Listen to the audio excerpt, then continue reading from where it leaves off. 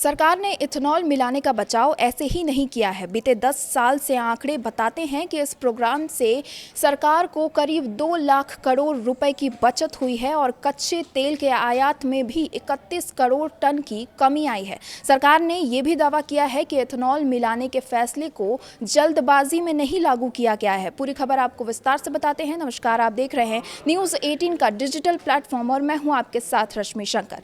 सरकार ने पेट्रोल में इथेनॉल के मिश्रण यानी ईबीपी कार्यक्रम का बचाव करते हुए कहा कि इस योजना से न केवल चीनी उद्योग को मजबूती मिली है बल्कि किसानों की कमाई बढ़ी है और वित्त वर्ष 2014-15 से अब तक देश को 1.90 लाख करोड़ रुपए से अधिक की विदेशी मुद्रा की बचत हुई है। खाद्य मंत्रालय ने संयुक्त सचिव अश्विनी श्रीवास्तव ने बताया कि इथेनॉल अब कृषि अर्थव्यवस्था का अहम हिस्सा बन चुका है। इससे अतिरिक्त फसलों के लिए नए बाजार बने हैं और कच्चे तेल के आयात पर निर्भरता कम हुई है।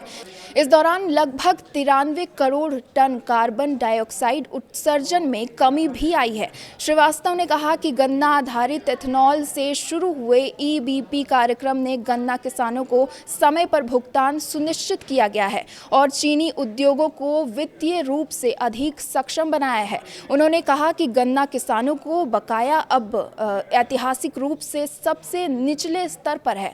उन्होंने बताया कि 2014-15 से 2020 से 21 के बीच केंद्र ने चीनी मिलों को करीब 14,600 करोड़ रुपए की सब्सिडी दी थी, लेकिन 2021 से 22 के बाद अतिरिक्त चीनी को एथेनॉल उत्पादन में उपयोग किए जाने के कारण निर्यात सब्सिडी की जरूरत ही नहीं पड़ी।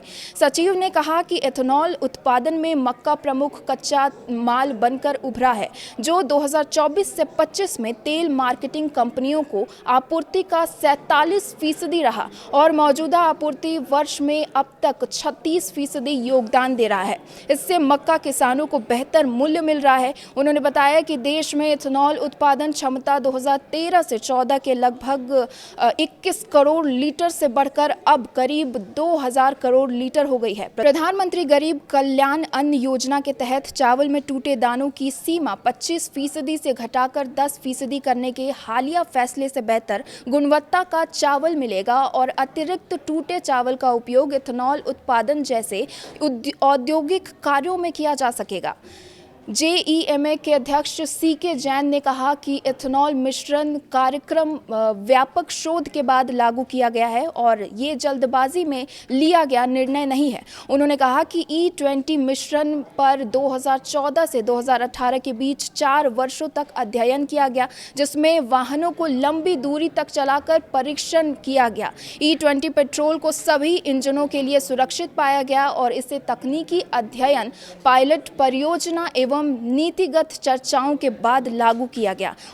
उन्होंने इथेनॉल मिश्रित पेट्रोल के इथेनॉल से वाहनों में खराब होने के संबंध में आ रही शिकायतों पर कहा कि इस विषय पर चर्चा तथ्यों पर आधारित होनी चाहिए, न कि भ्रांतियों पर।